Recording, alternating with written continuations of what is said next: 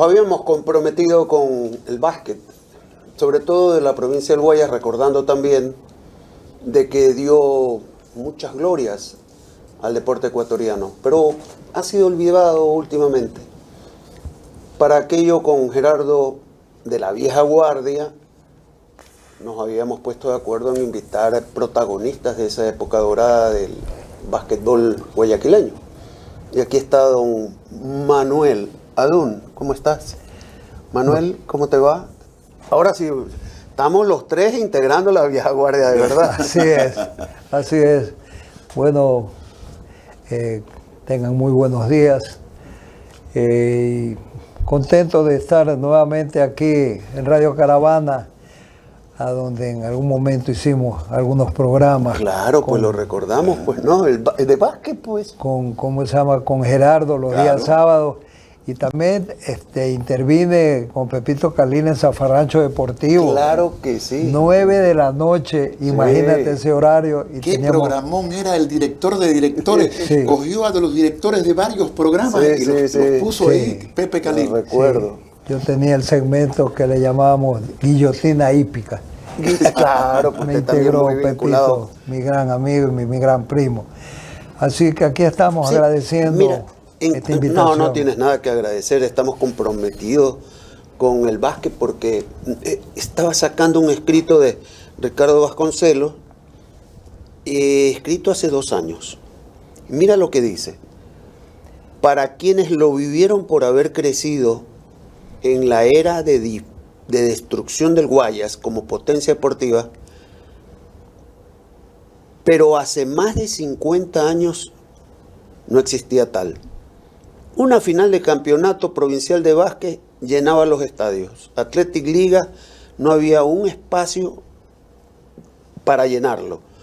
Habían ídolos reconocidos. ¿Qué le pasó al básquet guayaquileño, sobre todo, que era protagonista en todo y que de a poco se ha venido a la baja? O sea, no tiene grandes jugadores. Porque yo recuerdo, Manuel, que la gente reconocía en la calle: ahí va Lapenti, ahí va Adún, ahí va el Chato, ahí va Pablo Sandiford. Eran figuras reconocidas de toda la ciudadanía, ni hablar del periodismo deportivo que se encargaba de ilustrar a todas estas personalidades del básquet. ¿Qué pasó? ¿Qué pasó? Dicen que todo lo bueno se acaba. Sí, ¿no? Pero el básquet de Guayas tenía la gran suerte, porque he leído cosas pretéritas a mí, de la calidad de dirigentes que siempre tuvo el básquetbol. El básquet de Guayas lo manejaba lo que se llamaba en la época Comité de Básquet de la Federación Deportiva del Guayas. Son como las asociaciones ahora, pero con gente que iba a trabajar con personalidades del deporte, de la política, de la parte profesional, y ellos desinteresadamente iban y manejaban primero los equipos, y luego esos equipos los nombraban para que sean los que manejen el básquet en términos generales aquí en Guayaquil y en el Guayas. Y eso pasaba. Los colegios, teníamos los intercolegiales. Ese es un tema que lo tengo anotado, porque lo tengo acá, ex basquetbolistas. Dice, Omar Quintana dijo lo siguiente: los errores vienen desde el Ministerio de Deporte, federaciones de campeonatos intercolegiales se jugaban con coliseos llenos. Hoy no se promueve en centros educativos. Así es. Los partidos intercolegiales eran una fiesta en Guayaquil, porque la mayoría de los colegios potentes, ¿no? Y puntualmente te digo, San José de la Salle siempre tuvo unos equipazos, incluso seleccionados del Guayas y seleccionados del Ecuador. Estuvo el Colegio Cristóbal Colón, el Vicente Rocafuerte. Tú eras del Cristóbal Colón. Del Cristóbal Colón. Claro. Había el Colegio Aguirre Abad, a donde nació ¿Sabe quién jugó en la guerra, Mano? ¿Sí sabe? Dígame. ¿Ah? Claro. Manuel Adolfo Bar. Manuel Adolfo Bar, sí, jugaba bien básquet. Claro que no era el voluminoso que fue después, como igual que yo, ¿no? Pero jugaba y sabe a dónde, quién nació, un prócer del basquetbol y pudo haber sido un prócer del deporte porque ya estaba incursionando en la dirigencia, Abel Jiménez Parra. Abel. Él jugaba por el Aguirre Abad con Cuello, Arturo Cuello, Chalo Cabrera y otros jugadores que de menos nombradía ahora, pero que también eran buenos jugadores. Como yo siempre digo, Mario y Gerardo, haber vivido esa época y haber tenido la suerte de estar en las selecciones del Guayas, créame que ahora me llena de satisfacción y me siento satisfecho de lo que hice, porque qué manera de haber jugadores que podían ocupar esos puestos.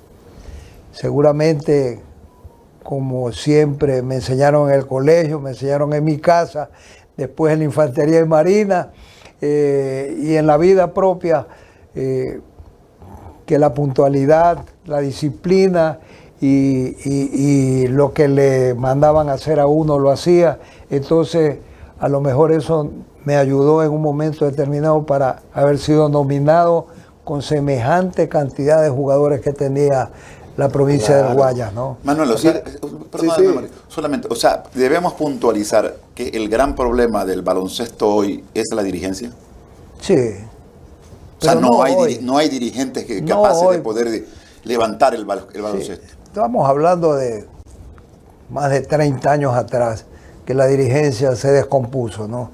Incursionó gente que fue a lucrar de la dirigencia, a lo menos del básquet, y una serie de irregularidades que hasta hubo cierto tipo de noticias feas. Porque ¿no? La gente se olvida, la gente es desmemoriada, pero ahí los periódicos de la época tienen anotado eso. Tú sí sabes, como anécdota, yo crecí toda mi vida, desde la primaria hasta que me gradué en el Colegio San José, y con mucho orgullo nosotros, muy chicos, nos quedábamos viendo el entrenamiento de la selección de básquet del colegio. Claro. Y estaba ahí Chato Mejía, Juan Salas, Úraga. Era un equipo que uno lo veía después con la camiseta de la selección del Ecuador y de la selección del Guayas, pero obligado. ¿De dónde nace esa Fuerza Guayas? ¿Cuándo nace esa Fuerza Guayas? Eso sale de Abel. Ese sale de Abel. De Abel Jiménez. ¿Cómo nace? A ver, cuéntanos. Él, digamos, yo tuve la suerte de jugar al lado de él en la selección del Guayas. Y un buen día se escuchó en el Coliseo, cuando anotaba una canasta la selección, se mató la canasta y se oyó un grito que dijo "Fuerza Guayas". Y se quedó para siempre, era un himno eso, sí. Porque la verdad es que era como una manera, el periodismo lo comenzó a repetir, sí. Porque era un símbolo que cada vez que Guayas metía una canasta era el Fuerza Guayas, ¿no? Que se quedó como un sello para siempre, ¿no? Sí. Ahora, el mejor conjunto que viste, porque la historia del básquet, aunque parezca mentira, tiene un Ecuador que fue octavo de un campeonato mundial en el año 50. Y tú sí sabes que hay 2 triunfos que uno dice, no, eso no pudo suceder nunca. No, claro. Contra España y Yugoslavia, en ese campeonato. O sea, ¿qué es lo que pasaba ahí? Que Ecuador tenía buenos jugadores. Buenos jugadores, ¿no? Buenos jugadores y claro, los tiempos han cambiado muchísimo, ¿no? Yo puedo hablar con respecto al equipo de Ecuador, que era una constelación, porque era como tradición, y la mayoría de Guayas prácticamente que jugó ese campeonato mundial, ¿no? ¿Te acuerdas los nombres?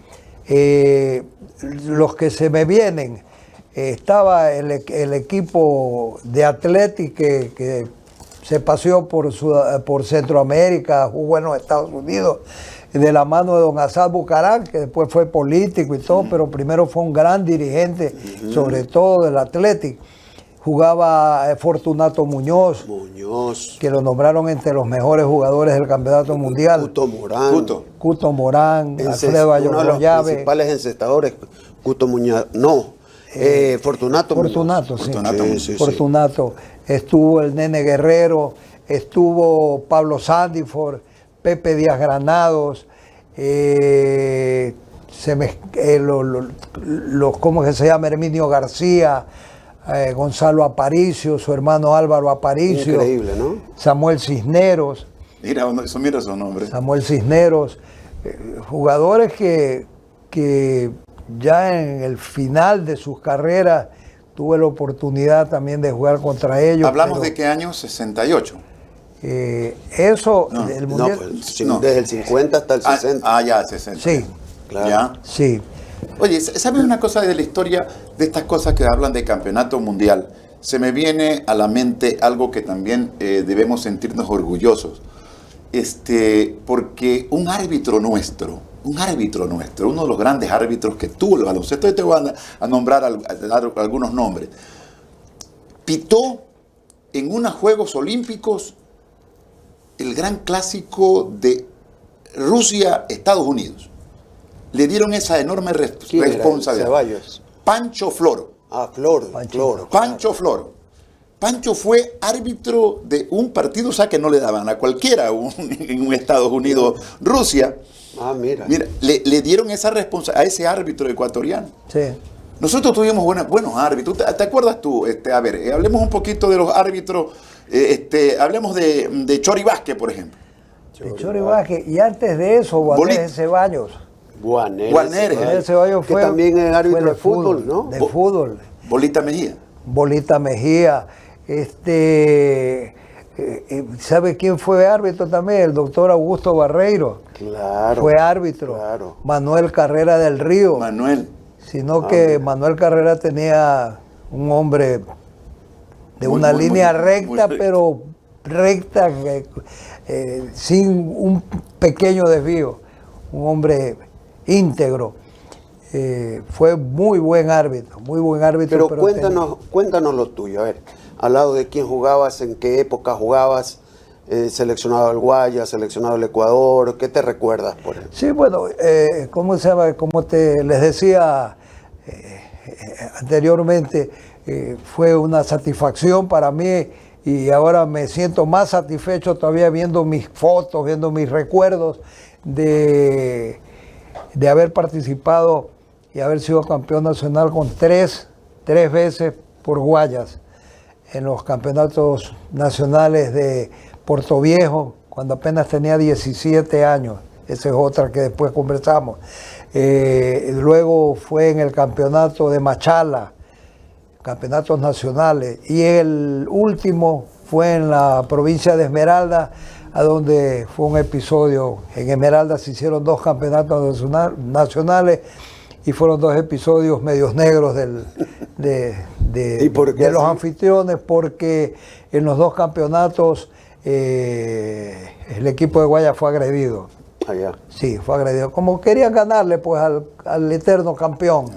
En el año 61 los agredieron, yo no fui a esa selección, pero en el año 69, que ya estuve en la selección, sin jugar Guayas, jugando Pichincha Esmeralda, que ganó Pichincha, se armó la de San Quintín, y imagínense cómo habrá sido que felizmente teníamos 2 ministros que les encantaba el básquet, que era justamente el doctor Augusto Barreiro y don Juvenal Sáenz Gil, un gran dirigente de varios deportes. Tuvieron que mandar 2 aviones de la FAE, de eso como de paracaidistas, para que nos saquen al equipo de Guayas y de Pichincha. Gracias a Dios la memoria no me falla. Y nos fueron a retirar de Esmeraldas. ¿Ah, sí? Sí, fue grave la cosa. Hubo una época en que los duelos entre las selecciones de Pichincha y Guayas se hicieron pero tan, ¿cómo te digo?, tan atractivos. Eran clásicos. Eran unos clásicos. Sí. Que alguna vez Guayas gana en el Coliseo Huancavilca y le ponen el nombre de las calles, el resultado del partido. ¿Recuerdas esa época? Sí, pero mira, eso no fue por campeonato nacional. Ya.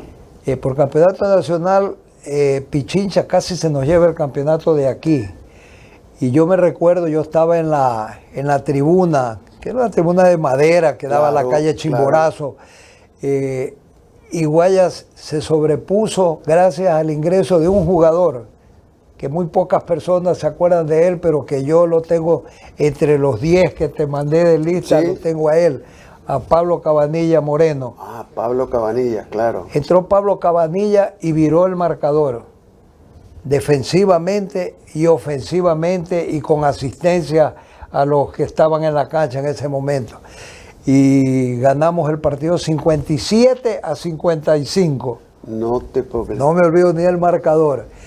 Así que esa referencia a la que tú haces fue un dual Ya. que convinieron los dirigentes de la época, un partido en el Julio César Hidalgo de Quito y un Claro. partido en el Coliseo Huancavilca de acá.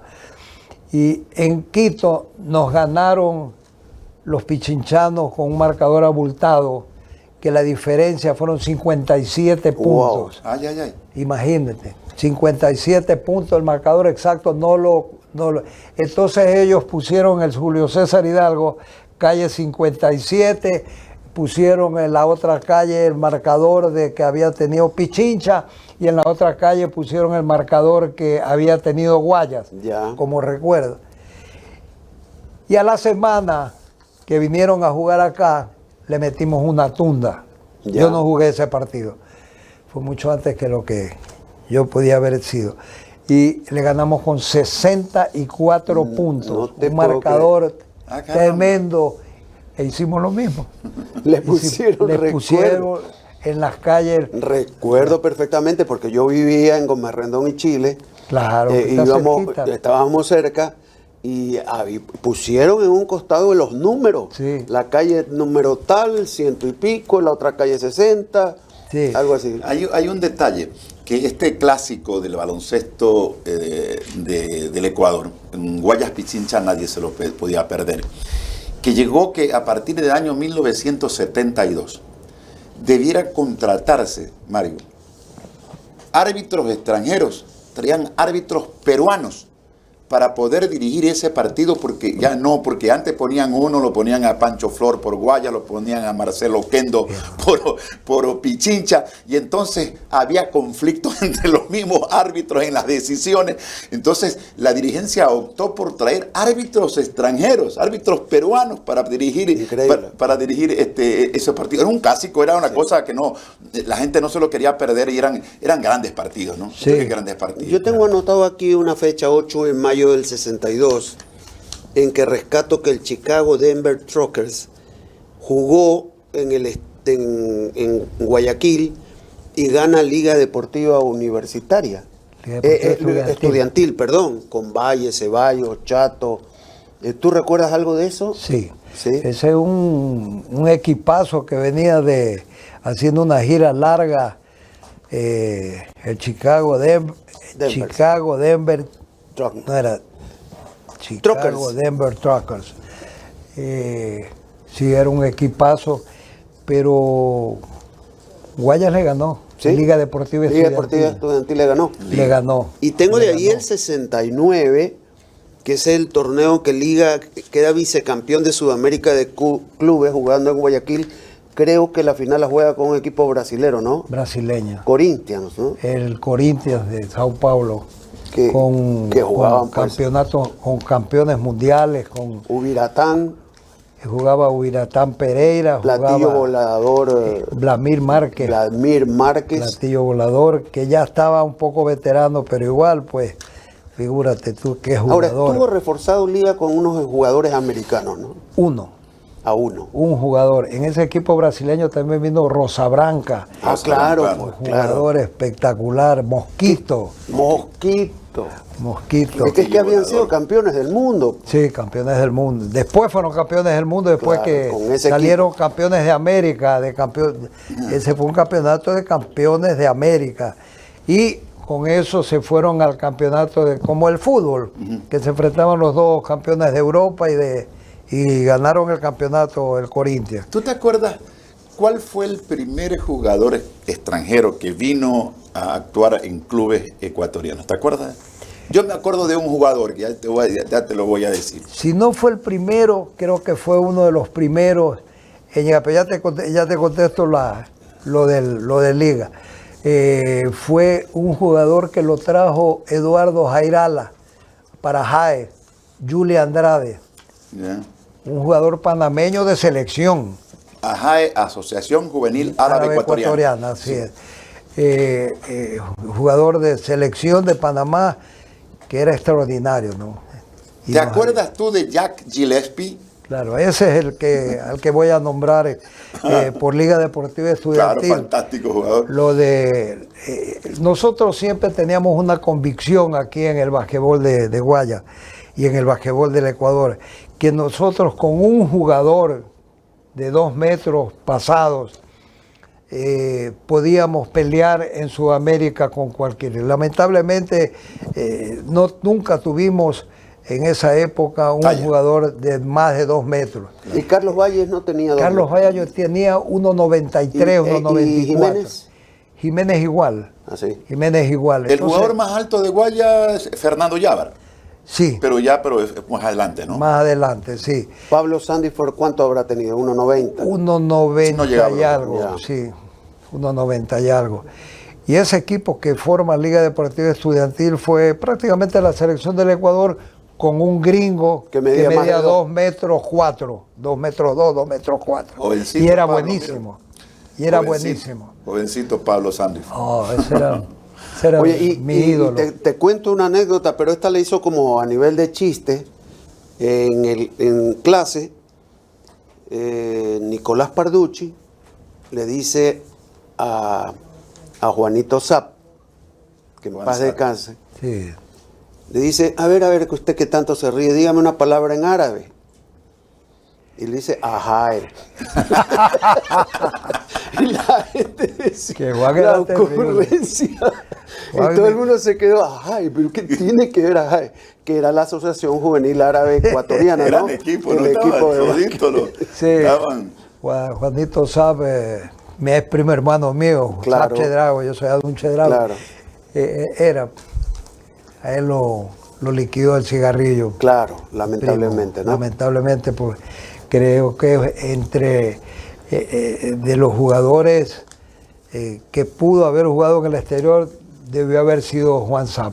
Y hablando de jugadores de nivel que tú acompañaste, que viste, que leíste, ¿qué orden pones en calidad de lo que pudiste ver, leer, como para hacer un ranking jerárquico ahí? Digamos, yo tengo mi quinteto. No, el tuyo, el tuyo. Yo tengo mi quinteto, que siempre va a estar incluido Abel Jiménez, Juan Zap, Nicolás Lapenti, Ok. extraordinario jugador. No me lo dejes afuera al Chato. No, pues Jorge el Chato Mejía fue nominado en el equipo ideal Claro. en un sudamericano en Niterói, que es una isla que queda frente a Río de Brasil, Janeiro, sí. algo así, y Pablo Sandiford. Y Pablo Santos. Pablo Qué Sandiford. quinteto. Pero es una cosa mía, no es que eso es, sino que es Tu gusto, un gusto mi personal, gusto, sí. mi gusto porque Pero no está- jugadores no de está la tan- no, época, pero Dios mío. No estamos tan alejados en el tema de los que pudimos Claro. observar, ¿no? Sobre todo porque los Caballitos Ceballos y todos los...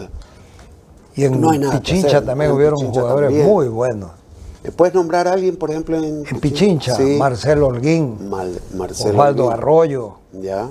Patayucha. Ramiro, el hermano Juan Escalante, Juan Escalante. Santiago Leas, Samo Martínez. El Sambo Martínez, el Coco Sambo Rivadeneira. Martínez, Coco Rivadeneira. Coco Rivadeneira era Eran buenos jugadores, ¿no? extraordinario. ¿Y cuál era la característica más importante del Chato Mejía? El Chato Yo creo que la Mejía era filtración. un cerebro. Ya. Era el director técnico que entraba a jugar. ¿Así?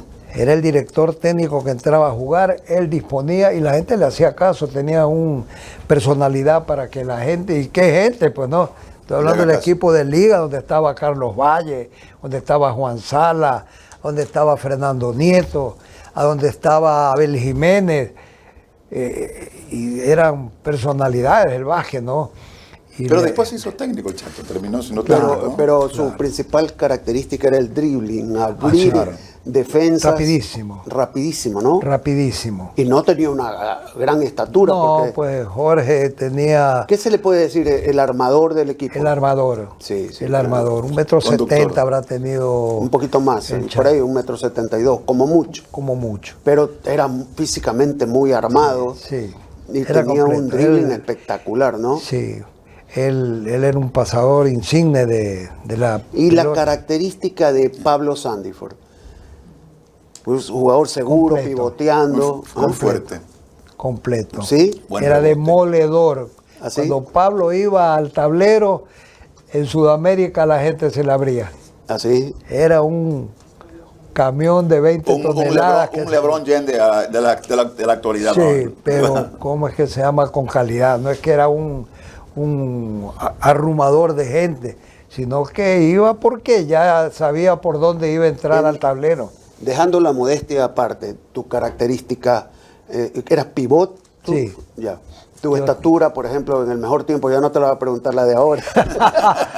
También fue 1,88 m. 1,88 m. Y eso te da. Era buena estatura. Pero para buena esa estatura. época. Sí, para- claro. Era buena estatura Y tu pivot era tu puesto fuerte. mi puesto, sí. Ya. Mi puesto. ¿Y cuál era tu característica? Que generalmente los más altos eran los pibos.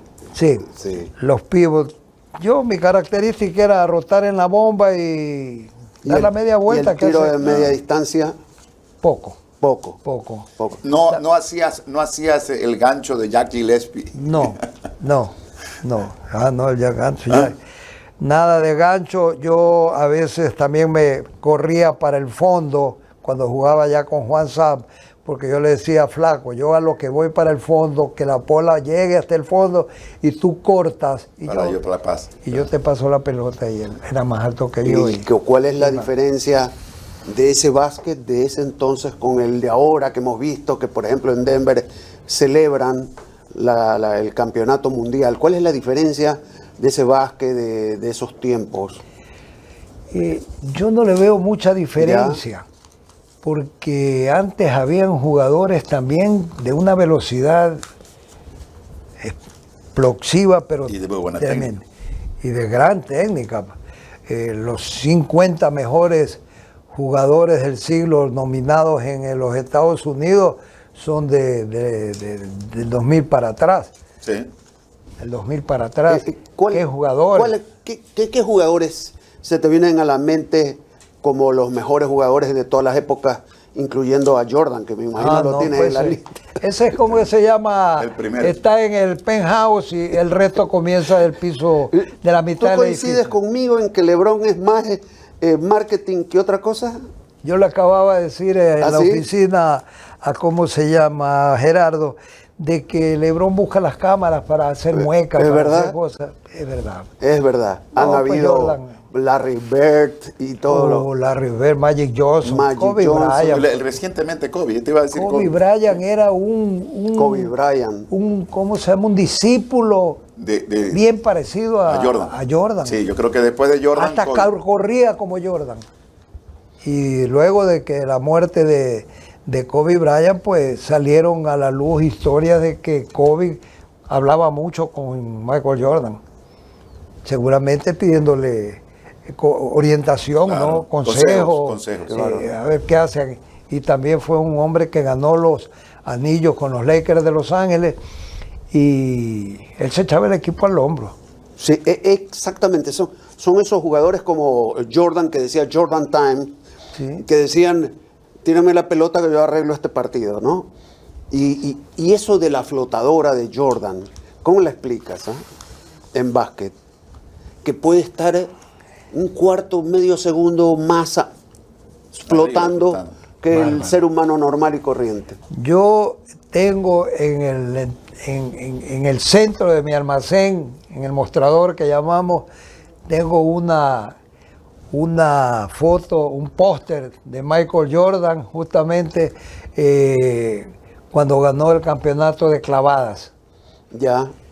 a donde se lo ve que está en el aire y que va por recién la mitad de la bomba la bomba que le llamábamos Y nosotros. llega hasta el aro.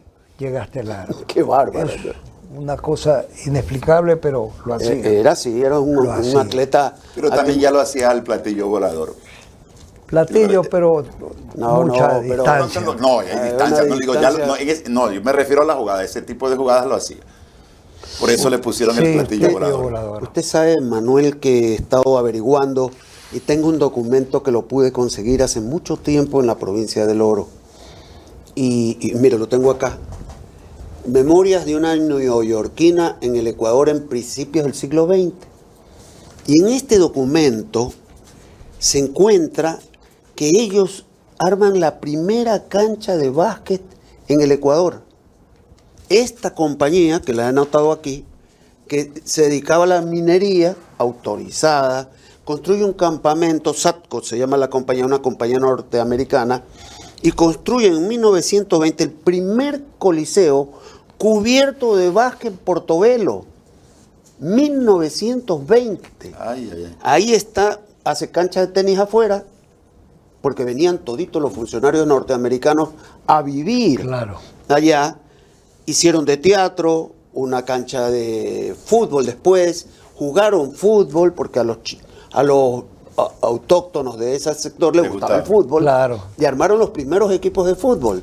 Y encuentro en esta mezcla de todo lo que es andar a caballo y todo lo que era llegar hasta, se puede imaginar en esa época, llegar hasta Zaruma, Portobelo. Y ahora es difícil. Ahora es difícil.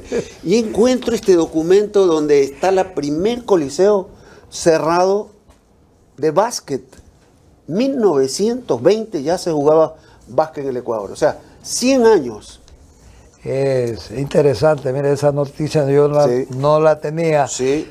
pero bueno, ¿por qué se lo hizo allá? Porque en Portobelo había minas de Era oro, la mina de había oro, mucho sí. oro y seguramente ellos contrataron para la explotación y el deporte, pues siempre los gringos han ido adelante y sobre todo en el basquetbol, en el fútbol americano no tenían seguramente a dónde hacer No una hacer, cancha claro. para poder E practicar. hicieron clubes. Comenzaron a hacer clubes con socios, con todo, porque era un campamento tan grande que ellos pusieron escuelas, deportes, trajeron instructores para que enseñen a jugar el básquetbol allá.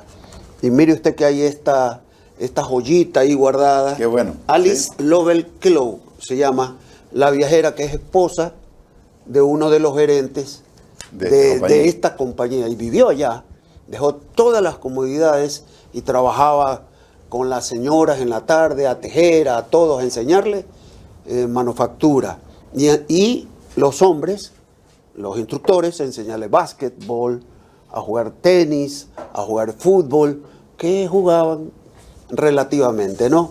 Le quería preguntar a Manuel si concuerda conmigo de uno de los jugadores que llegó a actuar en el baloncesto de Guayas, particularmente en el baloncesto de Guayas, que para mí fue un verdadero espectáculo y que llevaba a lo que decía Mario hace rato, llenar los coliseos donde iba toda la familia, no importaba la hora, iba con la familia, los niños, iban al coliseo a ver. No sé si concuerdas conmigo, pero uno de los jugadores espectaculares que yo he podido ver en el baloncesto de la provincia del Guayas fue el Flexible Smith, el jugador panameño que vino para jugar por Uruguay, si mal no recuerdo. Sí, Uruguay lo trajo Jorge Segura. Espectáculo, Sí, espectáculo. Era titular de selección de Panamá. Claro. Y lo trajo con otro gran jugador, con Mario Gálvez. Mario También Gálvez. Después seleccionado. bueno, no hemos olvidado de hablar también de Galo Vargas, que ha Oh, estado mi pana. claro, que ha estado también en selecciones de Claro. Guayas, ¿verdad? Figura de Atleti. Después de Ángel Tenorio no he escuchado así un basquetbolista ecuatoriano que haya lucido internacionalmente. Bueno, después de nosotros vino este gran jugador que yo lo tengo entre los 10 mejores, a Ángel Tenorio. Ángel Tenorio. Muy buen jugador.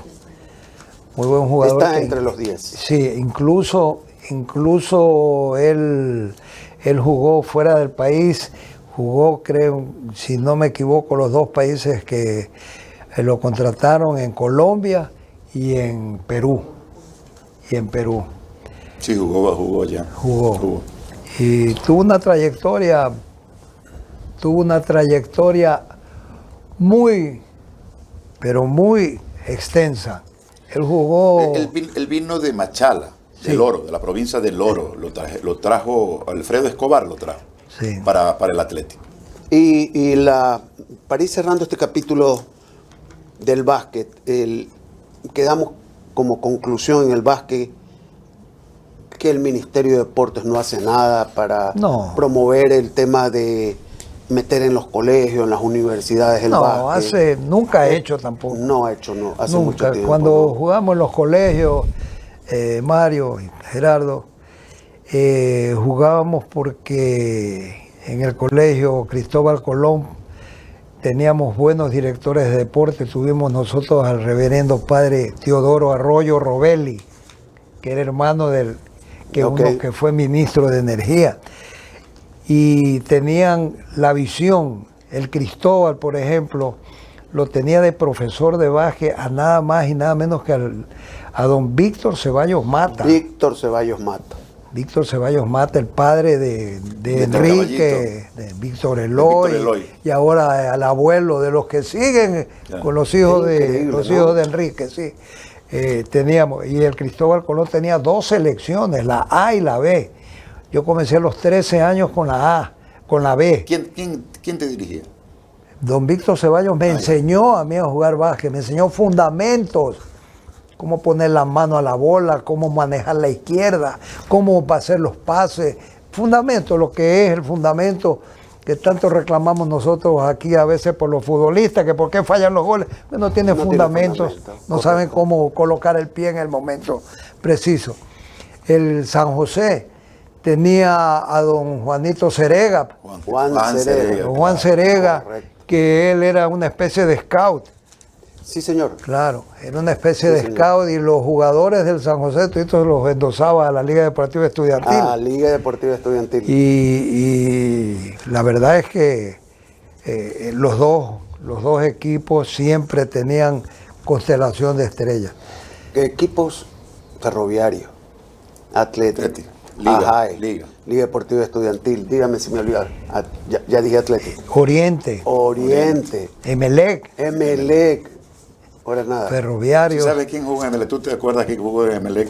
La persona que me enseñó a mí a jugar básquet jugó en el Emelec. Wellington Chan Lua. Wellington Chan. Wellington Chan. Extraordinario jugador, fantástico jugador. Se lo quiso llevar el Tabaré de Uruguay a Wellington Chan. Y él jugó en Emelec. En Emelec le decían el Dínamo. Ahí vino a jugar acá a Guayaquil. Sí. Miren que hemos hecho un recorrido con este básquet que es para hablar y hablar. Aquí tenemos documentos como para seguir hablando una hora de un básquet olvidado que lo hemos querido recuperar en la memoria porque merece. No sé si me lo permites, Manuel, hacerte una pregunta que no tiene nada que ver con el básquet. Tú fuiste copiloto en una carrera de autos en que todos estábamos admirados en que había llegado un Porsche. Hacer carrera en un Porsche de aquí a Claro. Playas era el favorito, indiscutiblemente. Y quien iba a conducir era un amante del automovilismo, digo era, porque ya le voy a contar por qué, era Yamil Saab. Y te escogió para que tú seas el copiloto. ¿Por qué razón te escogió a ti? Bueno. ¿O tú fuiste a tocarle la puerta y decir, Yamil, Llévame. quiero ser tu copiloto?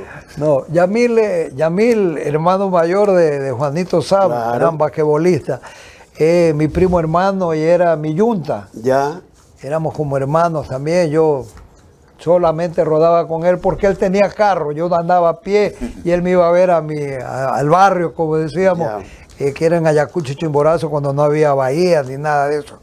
Y ¿Cómo así trae un Porsche? Porque consiguió una liberación. Ya. Entonces en inicio quería traer un Camaro de los Estados Unidos, pero era de una cilindrada donde tenía que correr en fuerza libre y todo. Entonces se decidió por el Porsche, primero porque la marca era extraordinaria, ¿no?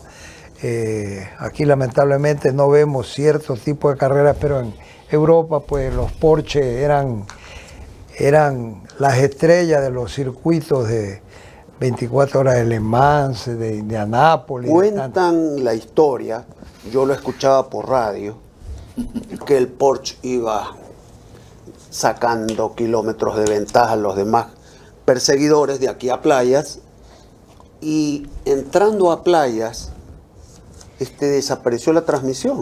O sea, no se sabe, no llega, ya está por llegar a Playas, no llega el carro, el Porsche. ¿Qué pasó ahí? Cuéntanos con detalle. ¿Cómo se llama? Venían soplados. Sí, íbamos a velocidades que yo nunca las había imaginado andar, ¿no? Por ejemplo, entrar a la curva de Progreso. Recuérdate que antes que hayan las dos vías, era como una S. Sí. Entramos ahí en cuarta marcha a 180 kilómetros por hora. Mamma mía. Pero en los carros de Fausto Merelo y Guillermo Ortega, que eran unos Camaros que habían corrido en, ¿cómo se llama?, en Daytona. Entonces eran unos carros ultra preparados. Pero lo pasamos. Íbamos primero nosotros por Progreso y cuando faltaba poco, ellos nos volvieron a sobrepasar, pero la etapa la habíamos ganado nosotros porque habíamos salido 3 minutos después de ellos. Y nosotros íbamos pegaditos.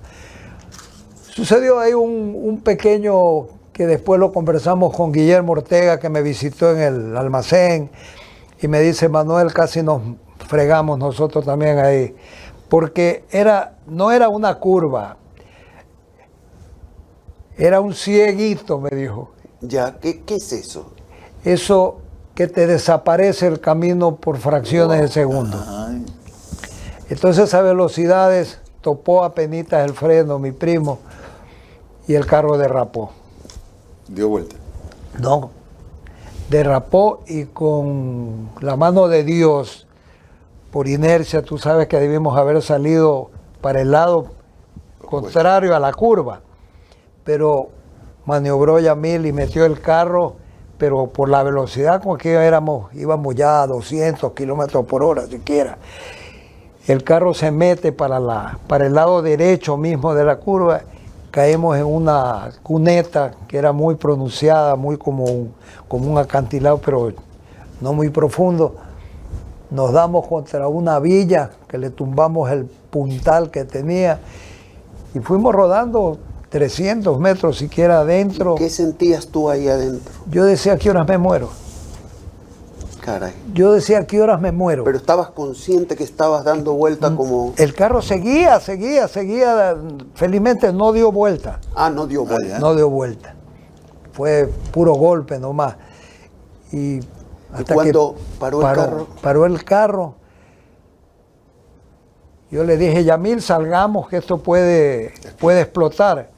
Pero Yamil ya estaba dormido.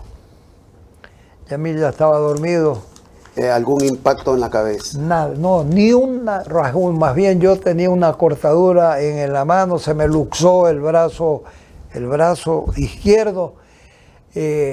Quise salir, pero estaba amarrado y me acordé que estaba con arnés y con cinturón de seguridad. Llegaron unos amigos enseguida, entre ellos, me acuerdo, Carlitos Gómez Buenaventura, llegó Fausto Pérez, y después llegó más gente, pero ellos fueron los primeros en llegar, me ayudaron a salir, y Yamil ya estaba inconsciente. Yamil quedó inconsciente por más de 2 años, 1 año y medio. 6 años. 6 años. 6 años. Y como anécdota... Y nunca despertó y murió ya por muerte natural, propia de...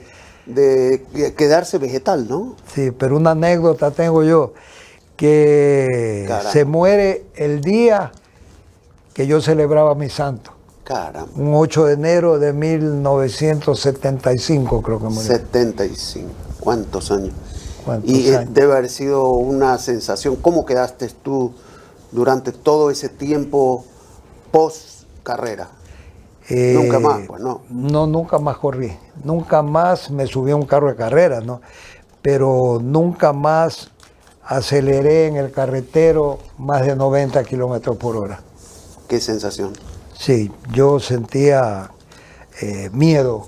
¿Y cómo recuerdas a Yamil? ¿Era un hombre extrovertido? Sí, Sí. era un... ¿Y que iban conversando en el viaje de aquí antes de que suceda esto? No, nada. él iba concentrado, él me dijo, pon el espejo retrovisor para que tú vayas viendo si viene alguien atrás de nosotros. ¿Y tú qué instrucciones dabas? ¿Qué decías dentro de la cabina? A veces le decía, cuando lo pasamos a Ortega y a Merelo, era una curva, una bajada y una curvita chiquita que había. Entonces le dije, dale, le digo, pasa que abajo es recto. Porque yo me conocía también, pues no viajaba todas las semanas a Salinas en tiempo de temporada y a playa.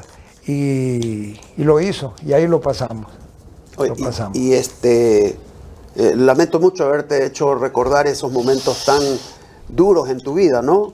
Pero era parte de que la gente conozca que viviste esos momentos Sí. difíciles, ¿no? Muy difíciles. De superar. Muy difíciles. Te digo porque nosotros éramos unidos con los SAP, porque Juan Charbel era compañero mío, Claro. y sabíamos de lo que sufrían, porque encontrar al hermano hecho un vegetal Sí. en casa, ¿no? Vivían en el barrio Orellana. El barrio Orellana. En el barrio Orellana, en una villa esquinera. La esquinera, Vivía, ¿no? José Una pena Mascote. realmente terminar un programa así, pero bueno, vamos a ponerle un poco de alegría a esto y en todo lo que fue este dramático suceso. Si volvieras a nacer, basquetbolista fueras. Sí. Sí. Es el deporte que más te agrada. Que más me agradó, y creo que Dios me dio condiciones naturales, porque tú sabes que el deportista no se hace, Mario. El deportista tiene que nacer con condiciones, y ahí viene la mano del entrenador. Yo tuve la gran suerte de tener ese señor profesor como don Víctor Ceballos Mata, que había hecho cursos en los Estados Unidos, en la época que era una cosa extraordinaria que venga alguien de allá para acá. Y nos escribía enseñó. muy bien. Y escribía muy bien de basquetbol y otros deportes. Muy bien, de otros deportes también. Y fue un gran deportista él también. Fue un gran deportista y me ayudó muchísimo. Pero tienes que tener las condiciones y desarrollarlas conforme te vayan enseñando. Hay muchos periodistas que me han dicho que por qué yo solo hablo de fútbol. Aquí está, que no es verdad. Hemos hablado de tenis, ahora hablamos de básquet. Nosotros hacemos lo nuestro. Ahora son los dirigentes. Ya, despierten. Guayas tiene que recuperar el básquet que fue. Si ustedes no hacen el esfuerzo, lo nuestro quedará ahí, en simple entusiasmo. Aquí le dedicamos más de 40 minutos para hablar de nuestro básquet, el que queremos que regrese. Y nos ha acompañado Manuel, gran baluarte del básquet guayaquileño y del Ecuador, que ha querido acompañarnos el día de hoy para efecto de contar todas estas experiencias que han estado guardadas en un cajón y que ahora en esta vieja guardia lo hemos apresurado que lo abra y nos cuente de sus experiencias. Gerardo. Sí, sí, una bonita experiencia poder estar con Manuel, de sus cosas, de su actividad deportiva. Me he ido al recuerdo realmente, con muchas cosas interesantes, acordando de grandes basquetbolistas que ha tenido, de grandes campeonatos, en la cobertura que hicimos. Allá desde el año 72 comenzamos nuestro primer campeonato, cobertura de campeonato nacional, que fue en Loja ese campeonato, que lo ganó Guayas. Como siempre. Como siempre. Agradecerte, Manuel. Realmente he disfrutado muchísimo tu compañía, recordando estos paso a paso lo que ha sido el básquet ecuatoriano y guayaquileño sobre todo, ¿no? Sí, el agradecido soy yo porque me da la oportunidad de dar a conocer muchas cosas que la juventud actual, el periodismo actual piensa que solamente hemos tenido fútbol aquí, y muchas veces, algunas veces, casi todas las semanas, cuando leo o cuando escucho